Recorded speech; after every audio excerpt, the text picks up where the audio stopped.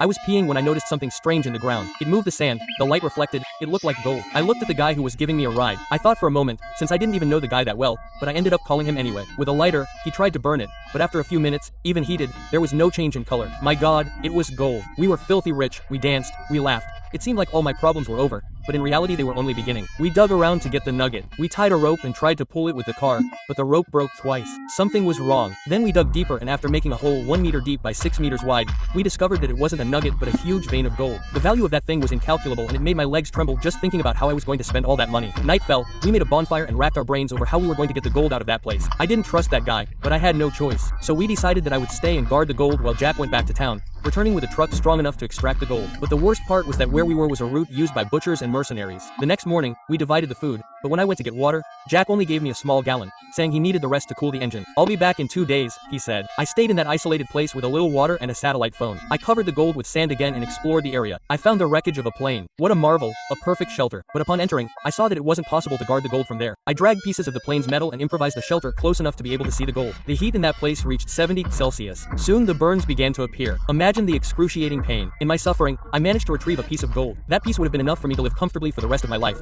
but it was insignificant compared to all the gold buried there. So I decided to stay and wait for Jack to return. 5 days passed, my skin was completely burned. I hadn't eaten for 3 days and only had a sip of water left. I spotted a snake in the distance and tried to catch it, but I couldn't. And the worst part is that I ended up spilling my last sip of water. The situation was getting worse and worse. I went back to the plane to look for something useful when I saw a strange woman approaching. I hid and quickly concealed the piece of gold while the woman wandered around. She found me and asked what I was doing there. I couldn't give a convincing answer, which made the woman suspicious.